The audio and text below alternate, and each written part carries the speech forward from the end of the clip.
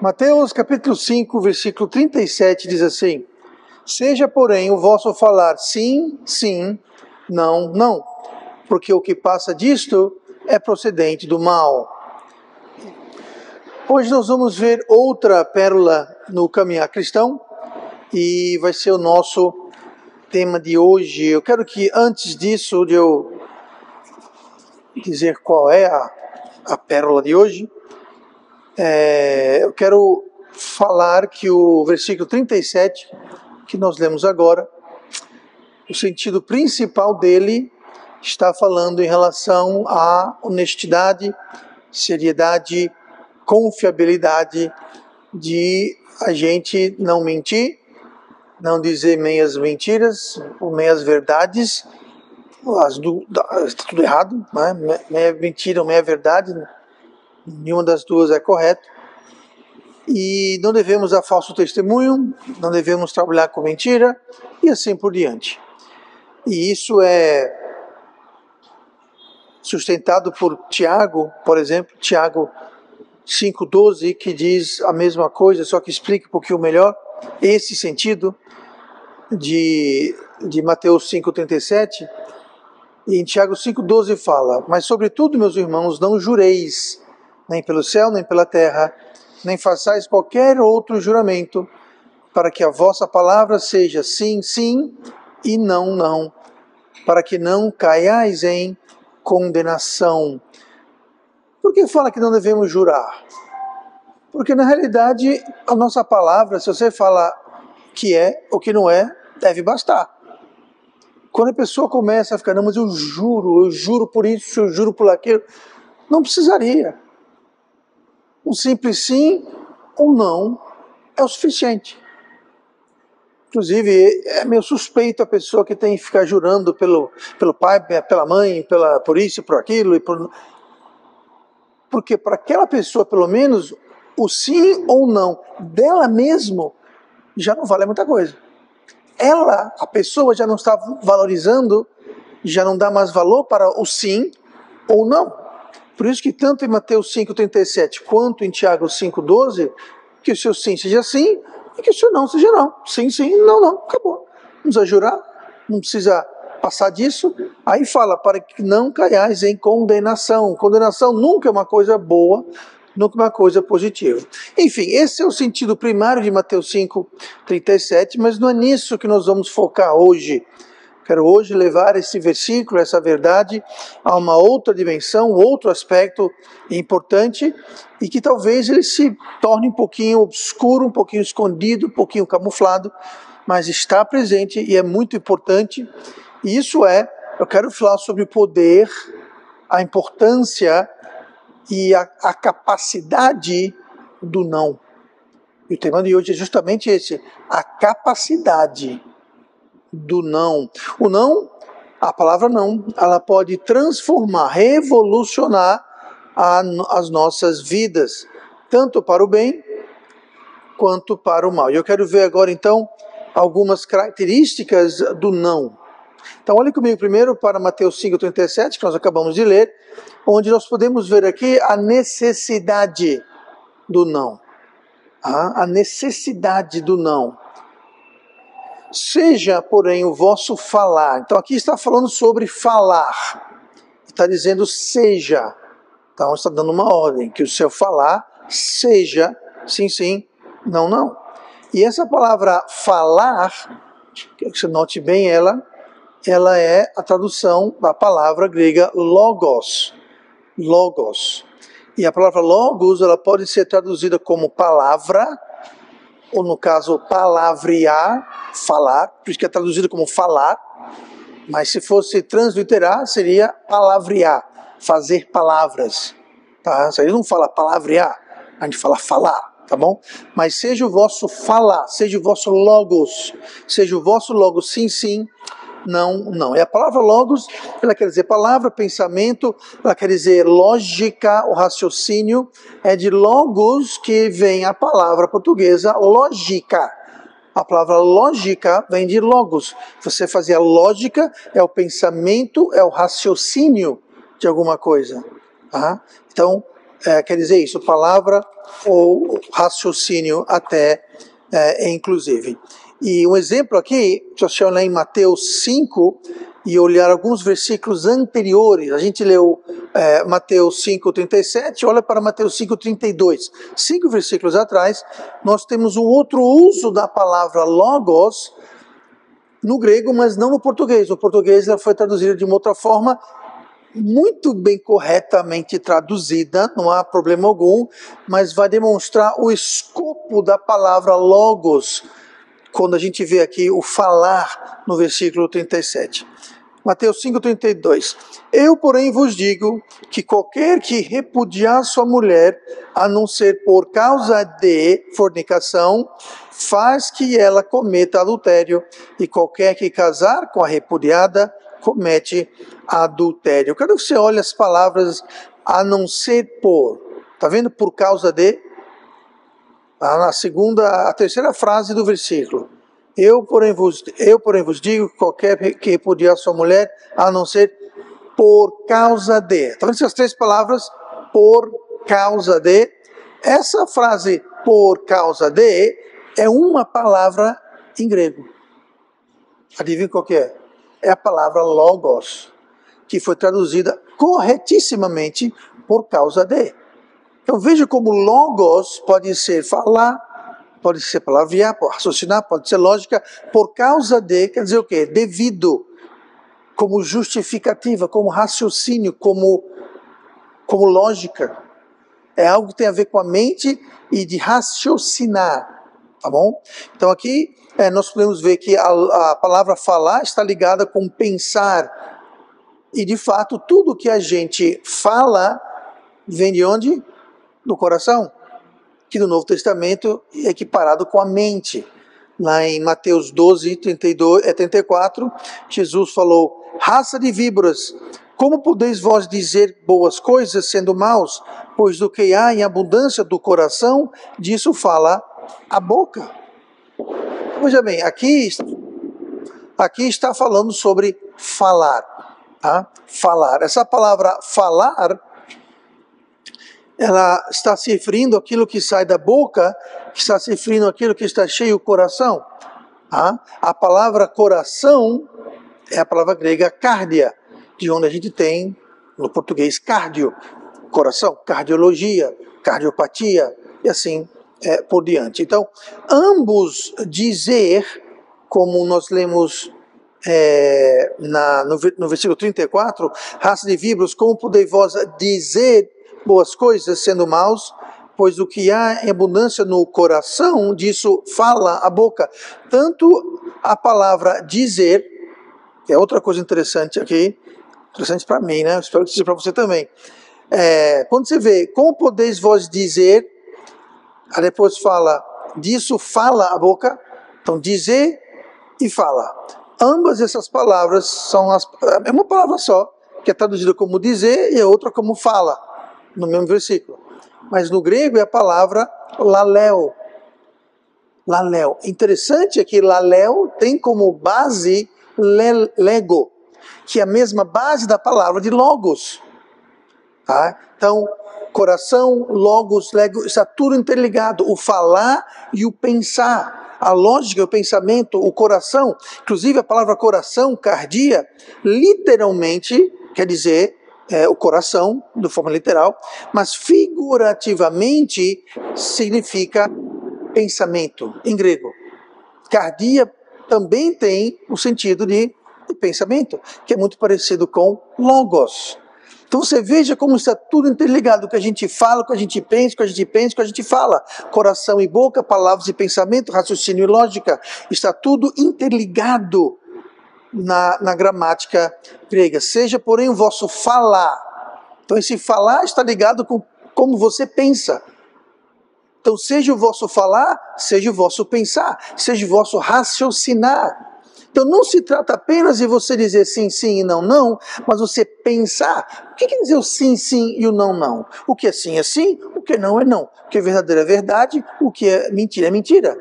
Então, nós temos que pensar, raciocinar, viver de que forma? Verdadeira. Se é sim, é sim. Se é não, é não. Nós temos que ser binários. O que é binário, pastor? Binário é quando você tem ou um ou outro. Tem essa modinha, né? Eu sou não binário.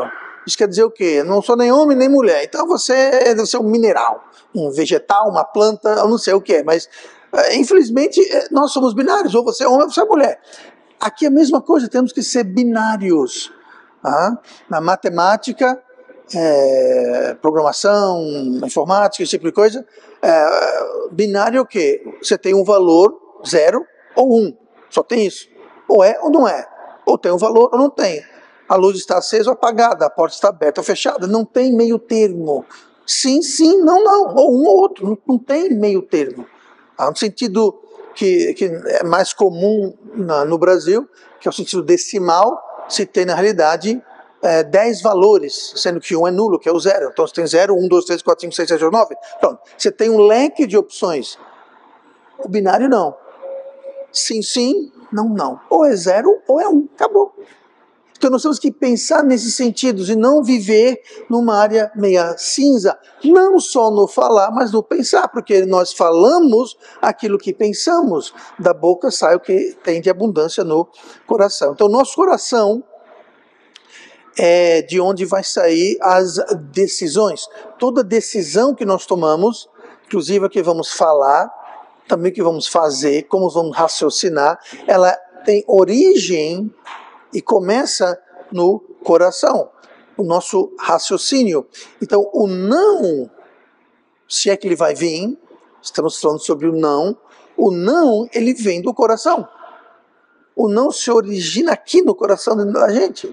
E nós vimos isso através do raciocínio. 2 Coríntios 1, 17, mostra também essa questão do não começando no coração, ou na mente, no raciocínio. 2 Coríntios 1, no versículo 17, o apóstolo Paulo escreve assim: E, deliberando isto, usei porventura de leviandade, ou o que libero, o libero segundo a carne, para que haja em mim sim, sim, e não, não. Mais uma vez, tem o sim, sim, e o não, não. Agora você note como ele usa 3 vezes no mesmo versículo, a palavra deliberar, deliberando no caso.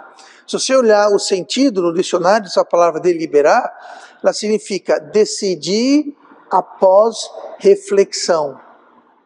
Significa, como sinônimos, achar, não de achar de encontrar, mas achar de pensar, ter uma opinião. Eu acho, eu penso, minha opinião, tá? É você achar, é você decidir, é você definir, é você determinar, é você resolver. Ou seja, deliberar é que você vai passar aquilo pelo seu raciocínio, pela sua mente, aquilo vai se remexer no seu coração e você vai tomar uma decisão, uma posição. O apóstolo Paulo está falando sobre fazer isso, falou, o que eu disse, o que eu deliberei, o que eu determinei, o julgamento que eu passei, é segundo a carne, para que haja em mim sim, sim e não, não. Ele fala, para fazer uma deliberação correta, o sim tem que ser sim e o não tem que ser não. Tem que haver uma clara distinção, ou é ou não é. Tá? Então, essa questão do sim, sim, não, não está falando sobre a mente, o coração, o raciocínio, a lógica, e não somente o que a gente fala, mas também o que a gente faz, o que a gente decide e assim por diante. Então, o não, ele se faz necessário. Para quê? Para deliberarmos, para raciocinarmos, para então agirmos e decidirmos, mas o não, ele é uma parte importante. O não deve ser invocado, por motivos ou motivação espúria, ou seja, por emoção, por praticidade, por conveniência ou por opinião própria. Então, quando eu digo não a alguma coisa, quando eu dou um negativo a alguma coisa, e por implicação o sim também, que se você diz não para uma coisa, você está automaticamente dizendo sim para outra. Então, o não nunca deve ser invocado devido a uma motivação espúria, com emoção, praticidade, conveniência, gosto pessoal ou uma opinião. Ele deve proceder, o não deve proceder da fé, ele deve proceder de uma questão de amor ao próximo e, primeiramente, amor a Deus. Tá?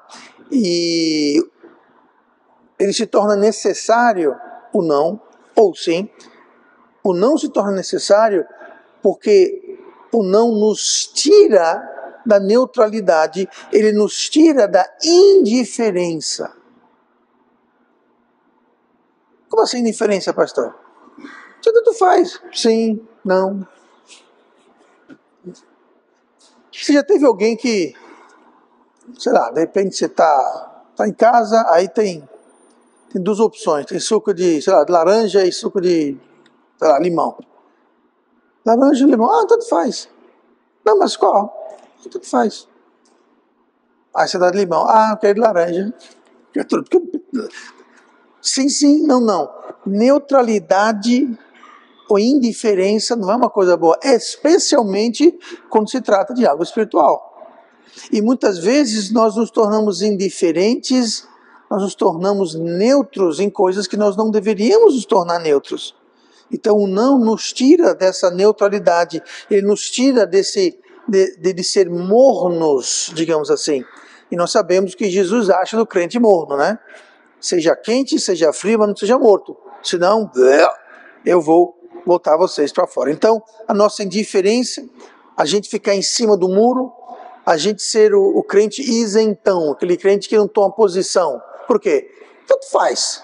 O que você acha da questão do aborto? Tanto faz. Tanto faz? O que você acha da questão de mulheres ser pastores? Para mim tanto faz. Não, não é tanto faz. O que você acha das questões, as versões da Bíblia? Tanto faz. Pode ser a NVI, pode ser a abacaxi, pode ser...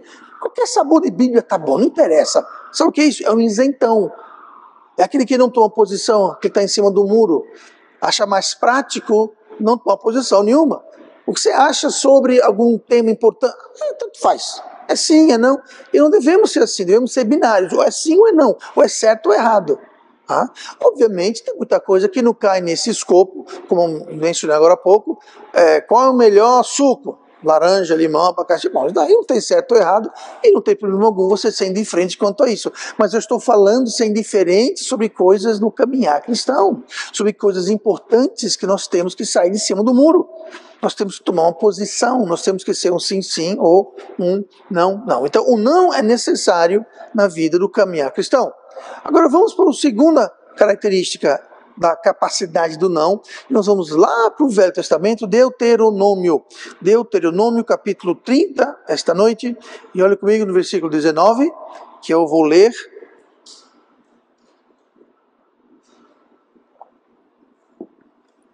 Deuteronômio 30, versículo 19, diz assim: Os céus e a terra tomo hoje por testemunhas contra vós, de que te tenho proposto a vida e a morte, a bênção e a maldição.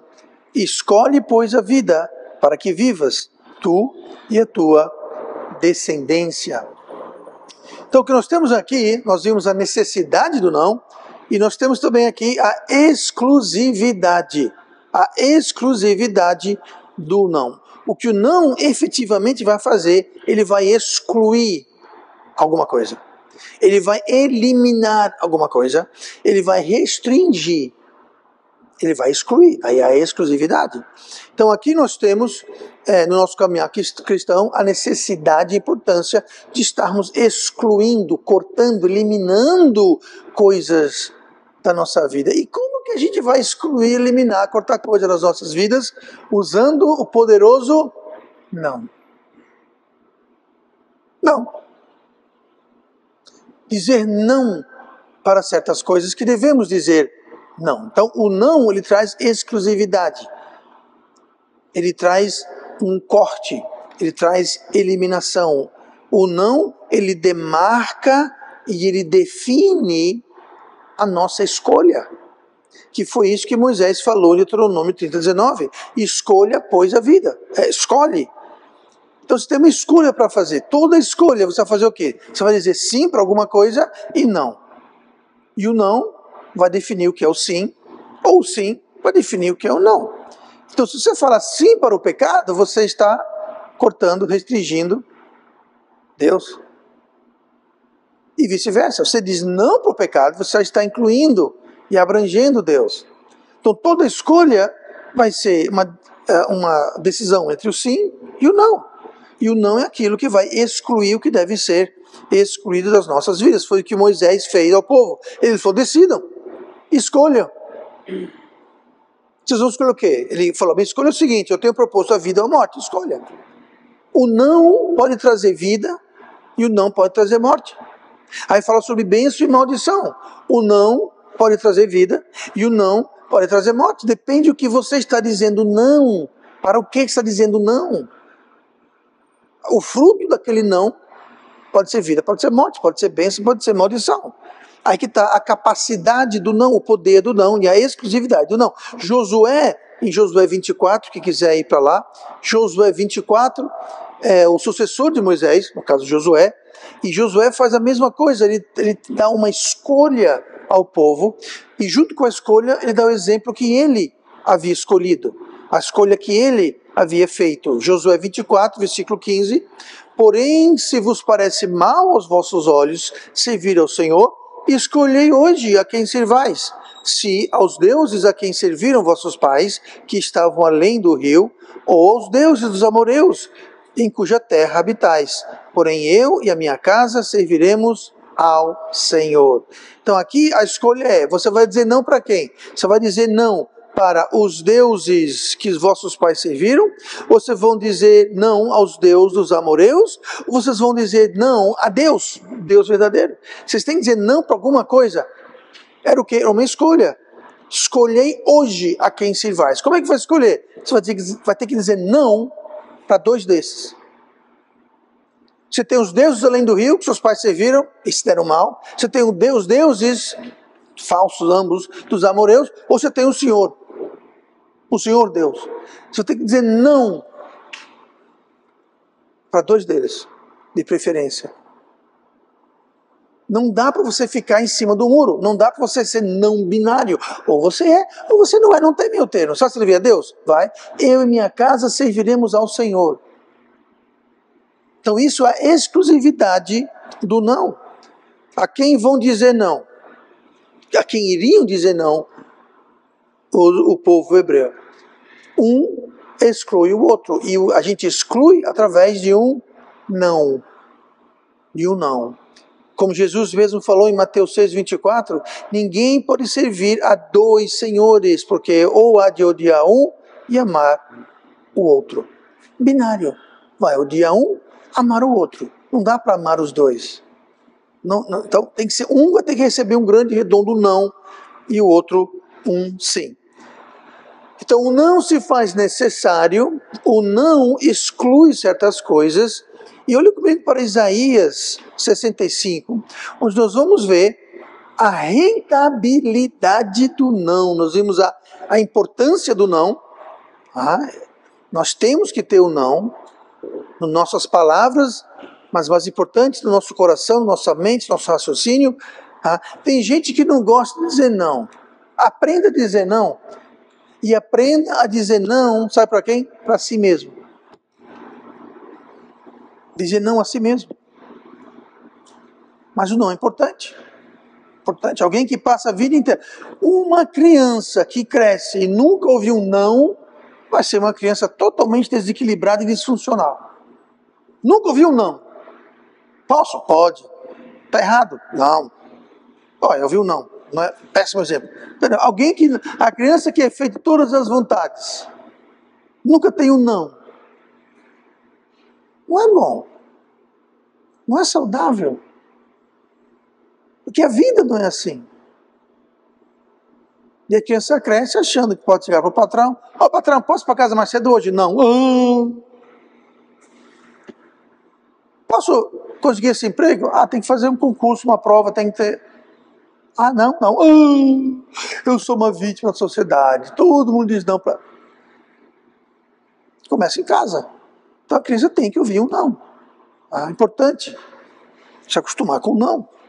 Mas vamos lá então, Isaías 64, versículo 13, a gente viu a importância, a gente viu a exclusividade do não, que ele é a porta que vai abrir ou fechar para certas coisas em nossas vidas, e a rentabilidade. Mas como assim? Eu explico já já. Isaías 65, versículo 13. Portanto, assim diz o Senhor Deus: eis que os meus servos comerão, mas vós padecereis fome. Eis que os meus servos beberão, porém vós tereis sede. Eis que os meus servos se alegrarão, mas vós vos envergonhareis. Eis que os meus servos exultarão pela alegria de coração, mas vós gritareis pela tristeza de coração e uivareis pelo quebrantamento de espírito. Então veja só, o não, ele é rentável. Quer dizer o quê? O não pode trazer lucros, o não pode trazer ganho, o não pode trazer dividendos, ele é rentável. Você vê aqui que, bom, deixa eu ser mais preciso, o não, ele pode vir a ser rentável se nós usarmos o não corretamente. O uso correto do não é muito rentável.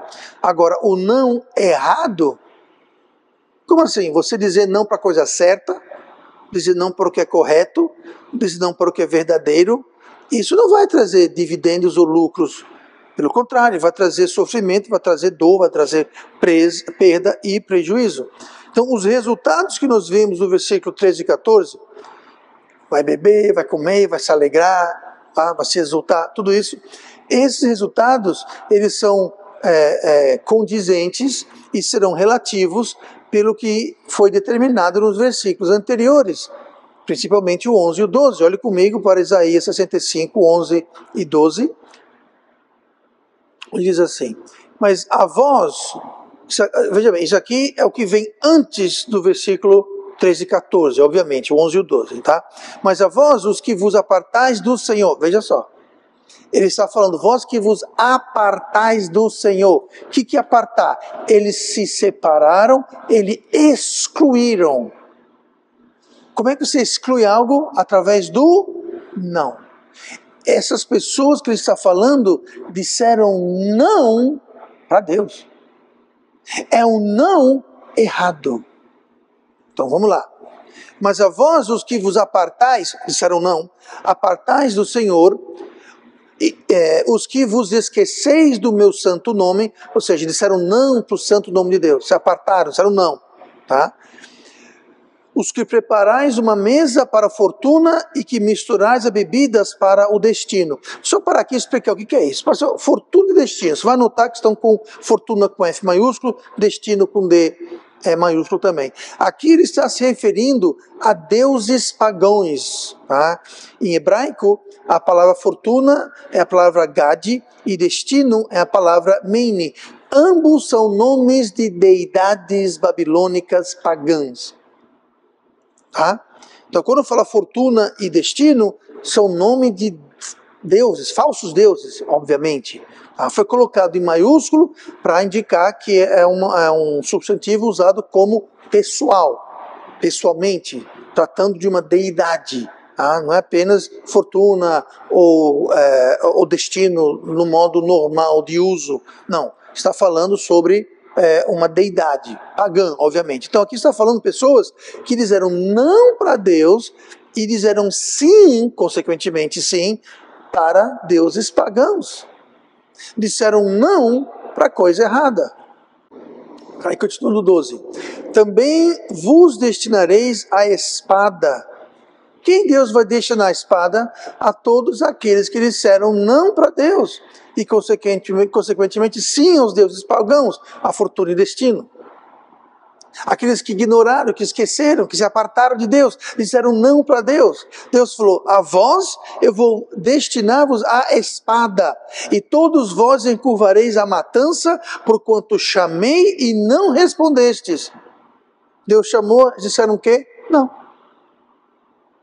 E se responder, não é responder com não, é você atender. Deus chama, você vai. Eles disseram o quê? Não. Não responderam. Falei e não ouvistes, mas fizeste o que era mal aos meus olhos e escolhestes. Veja bem, escolha, questão de excluir, toda escolha exclui alguma coisa. E escolhestes aquilo em que não tinha prazer. Deus falou, vocês disseram não para mim e fizeram coisas que eu não tinha prazer, coisas que eu não gostaram, disseram não para mim. Disseram sim para deuses pagãos, disseram não para mim. Eu chamei, disseram não. Eu falei, disseram não. Escolheram coisas que não me agradam. Isso eu dizer um grande não. Vocês eu vou destinar à espada. E aí vem os versículos 13 e 14, onde fala, eis que os meus servos comerão. Quem são os servos de Deus? Aqueles que disseram não aos deuses pagãos. Quem são os servos de Deus? Os que disseram não à fortuna e ao destino. Aqueles que quando Deus chamou, atendeu. Quando Deus falou, escutou. Aqueles que escolheram fazer coisas que davam e agradavam, davam prazer a Deus, agradavam a Deus. Esses são os servos, os que dizem não às coisas do mal, às coisas pagãs, às coisas do mundo, às coisas do diabo. E ao dizer não a essas coisas, estamos automaticamente dizendo sim para Deus. E esses são os servos. E Deus fala, os meus servos comerão, mas vós padecereis fome. Os meus servos beberão, porém vós tereis sede. Eis que os meus servos se alegrarão, mas vós eu envergonharei. Deus fala, eu vou envergonhar vocês. Eu vou rebaixar vocês. Não é que vocês vão... Vai ser um por acaso, ou vai ser... Não, vai ser proposital. Vocês vão ter fome e sede porque Deus determinou que vocês vão ter fome e sede. Por quê? Porque disseram não. Aí continua. Eis que os meus servos exultarão pela alegria de coração, mas vós gritareis pela tristeza de coração e uivareis pelo quebrantamento do espírito. Qual a diferença? Dizer não para a coisa certa. Aliás, dizer não para a coisa errada. Nós temos que colocar o não no seu devido lugar. Devemos dizer não a tudo que tem a ver com o mundo, o pecado, o diabo, carnalidade, nesse caso aqui o paganismo. Ninguém aqui vai sair, eu espero, vai sair fazer altares e queimar incenso e misturar. Ele fala aqui sobre misturar, aqui no versículo 11, né? Que preparais uma mesa para a fortuna e misturais a bebida para o destino. Sabe o que é isso? É você preparar comida e bebida para... Como você faz hoje em dia em certas religiões, encruzilhadas numa sexta-feira. Você encontra o que ali? Bebida, comida... Pois é, nenhuma novidade, gente. Já faziam isso, ó. Eram oferendas a entidades pagãs, deuses falsos. Acontece até hoje. Então talvez a gente aqui... Eu espero, ninguém aqui vai fazer isso, mas não é a única forma de dizer não para Deus. Não é a única forma de cometer idolatria. Pode ser descarada assim, mas a idolatria não necessariamente é uma coisa física concreta. Muita idolatria no coração do homem, muita idolatria tem nada a ver com algo que você pega, que você carrega, que você... E eu acho que crentes como todos criaram uma grande fixação corretamente com a idolatria de coisas, estátuas e imagens. Certa vez eu estava na casa de uma família recém-convertida e antes que eu percebesse eu estava fazendo uma espécie de um turnê de inspeção da casa. Pastor, pode isso daqui? Eu falei, é um quadro de uma paisagem. Sim, mas é uma imagem. É pecado? Eu falei, não. Isso aqui, ó, era um enfeite, não lembro o que era, parece que uma abajur, parece que tinha uma figura de uma pessoa. Isso. Eu falei, vocês estão se adorando e orando e... Não, então não é. Então criou essa grande fixação na imagem, na escultura, numa estalta. E não deve haver. Mas apenas se for cultural, não há nada de errado você ter um quadro, você ter uma estátua, uma imagem, se é apenas decorativo. A questão não está no objeto, a questão está aqui. Ó. Agora, quando você começa a beijar o pé de estátua, rezar para a estátua, fazer promessa para a estátua, carregar a estátua, achar que a presença daquela estátua vai de alguma forma lhe proteger, lhe abençoar, ou alguma coisa, aí que está o problema. A culpa não é da estátua. Do mesmo jeito que o culto a Maria não é culpa de Maria. Pastor, é errado orar a Maria? Sim, é errado. Maria deve ser idolatrada? Não, como nada deve ser idolatrado. A culpa é de Maria? A culpa não é de Maria. Assim também a culpa não é da estátua. O problema é o coração do homem. Então, muitas vezes nós temos ídolos em nossos corações. E nós precisamos reconhecê-los e removê-los. Porque é tão sério quanto isso aqui, quanto misturar bebida e colocar mesa para fortuna e destino, que eram deuses pagãos. São coisas que a gente fala, aqui Deus não entra. Não, isso aqui, ou essas coisas aqui na minha vida, não interessa o que Deus, o que a Bíblia, o que o pastor, não quero saber. Isso aqui é sagrado, que ninguém mexe. É a mesma coisa. Então nós temos que dizer não para certas coisas. E muitas vezes isso inclui e envolve dizer não a nós mesmos. Às vezes, nós nos tornamos os nossos próprios ídolos. Nós nos adoramos, nós decidimos que é certo e errado, ou seja, nós nos endeusamos, que é justamente o que o diabo fez, o que levou Eva a pecar. Sereis como os deuses. Deus sabe que quando você comer o fruto da árvore, você vai ser como Deus. Que foi justamente a condenação de Lúcifer. Queria ser semelhante ao Altíssimo. E muitas vezes nós temos isso. Nós queremos ser nossos deuses, decidindo o que é certo e o que é errado. Isso é idolatria, gente. Então temos que dizer não para nós mesmos. Essa é a capacidade do não, a importância do não, a exclusividade do não. O não vai tirar certas coisas das nossas vidas. Então nós temos que dizer não às coisas que desagradam Deus e dizer sim, consequentemente, para bênçãos, para a comunhão mais íntima com Deus, ter mais poder de Deus em nossas vidas. E temos que dizer não às coisas que não agradam a Deus. Se algo não agrada a Deus, então tem que receber um belo, redondo não. O não tem sim a sua rentabilidade, mas nós temos que escolher com sabedoria e entendimento ao que dizer não. Ao que dizer não?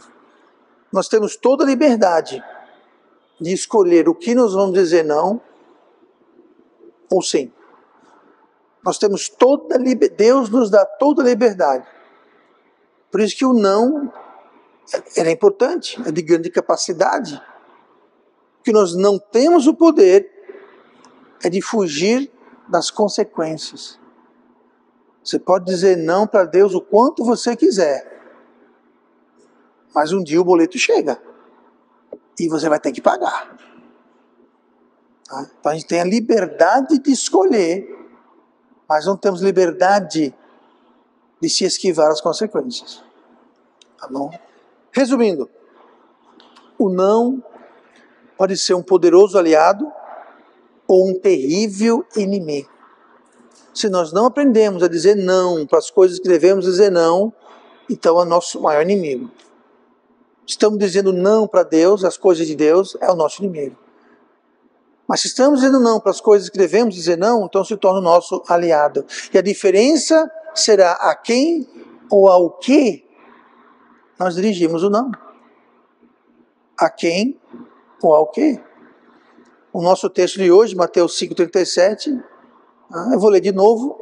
Agora, ouçam o mesmo versículo sobre essa outra perspectiva, sobre essa nova luz. Seja, porém, o vosso falar sim, sim, não, não, porque o que passa disto é procedente do mal. Não é interessante? Você começa a não ter uma visão binária e definida e demarcada do que é sim, do que é não. Para quem vai o sim, para quem vai o não, é do mal. Deve ter áreas cinzas, indefinidas, incertas. Temos que tomar posicionamentos. Não devemos ser ambíguos, mornos ou confusos. Tem muito crente que confunde o mundo. O mundo olha para o crente e fala, coça a cabeça e fala, peraí, é crente ou não é? Sabe por quê? Porque em certas áreas aquele crente está indefinido, está não binário, está indiferente. Aí fica tudo misturado e confuso. Igual uma pessoa que se diz não binária. A pessoa que é não binária, você olha e você fala, é homem ou mulher? Ninguém sabe. É confuso. Então tem muito crente não binário. A pessoa olha assim e fala, mas não parece. Alguém já viu uma pessoa não binária, talvez não pessoalmente, mas de longe, ou num documentário, num filme? Não é estranho, você olha assim e fala, mas não é, uma hora você pensa que é João, não é Maria, não, é... Você não sabe. Quer dizer, tem muito crente que é assim, é o crente não binário. Você não sabe se é crente, se não é, se no mundo, você não faz a mínima ideia. Não devemos ser assim. É sim, sim, não, não. O que passa disso é do mal. Claro, falar a verdade primordialmente, mas não são apenas nas palavras. Quando falo nosso falar, não é só nas palavras, como nós vemos, o falar está falando sobre logos, sobre raciocínio. Então não é só nas palavras, mas no caminhar, nas decisões, no nosso testemunho. Não deve haver meio termos, nem ficar um pé de um lado e o pé do outro. Jesus, eu vou encerrar com isso, sobre ser binário. Jesus falou assim, porque quem não é contra nós, é por nós. Ou seja, ou é por, ou é contra. Não tem meio termo. E você, e eu, nós somos claros para quem nós somos? Nós somos por ou nós somos contra? Ou estamos sendo ambíguos? Nós não devemos ser ambíguos. Sim, sim, e não, não.